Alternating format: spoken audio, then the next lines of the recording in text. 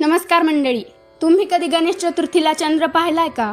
माहितीये का त्यामुळे तुमच्यावर खोटा आळ येऊ शकतो? एकदा काय झालं, श्री गणेश उंदरावर बसून घाईघाईने जात होते. अचानक त्यांचा तोल गेला आणि ते खाली पडले. हे पाहून चंद्र मोठमोठ्याने हसू लागला. हे पाहून गणपती बाप्पांना खूप राग आला. त्यांनी शाप दिला, जो कोणी तुझं तोंड पाहिल त्याच्यावर खोटा आळ येईल. चंद्र घाबरला आणि त्याने कठोर तप केलं. शेवटी बाप्पा प्रसन्न झाले, पण म्हणाले, फक्त गणेश चतुर्थीच्या दिवशी तुझं तोंड पाहायचं नाही आणि उपायही सांगितला. जर चुकून पाहिलं तर संकष्ट चतुर्थीचं व्रत कर. एकदा काय झालं, श्रीकृष्ण यांच्यावर समंतक मणी चोरीचा खोटा आरोप आला. हा मणी होता समंतक मणी, जो रोज सोने देत होता. कृष्णाने सत्य शोधण्यासाठी जंगलात जाऊन 21 दिवस जांबुवंतांशी युद्ध केलं.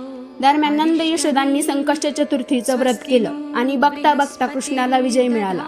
पण हा आला का माहितीये? कारण गणेश चतुर्थीच्या दिवशी कृष्णाने चंद्र पाहिला होता, पण संकष्ट चतुर्थीच्या व्रतामुळे तो खोटा आळ पूर्णपणे दूर झाला.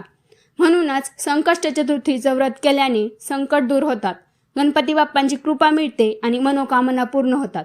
मित्रांनो, उद्या संकष्ट चतुर्थी आहे, तर तुम्ही ही व्रत करा आणि गणपती बाप्पांचा आशीर्वाद मिळवा. धन्यवाद.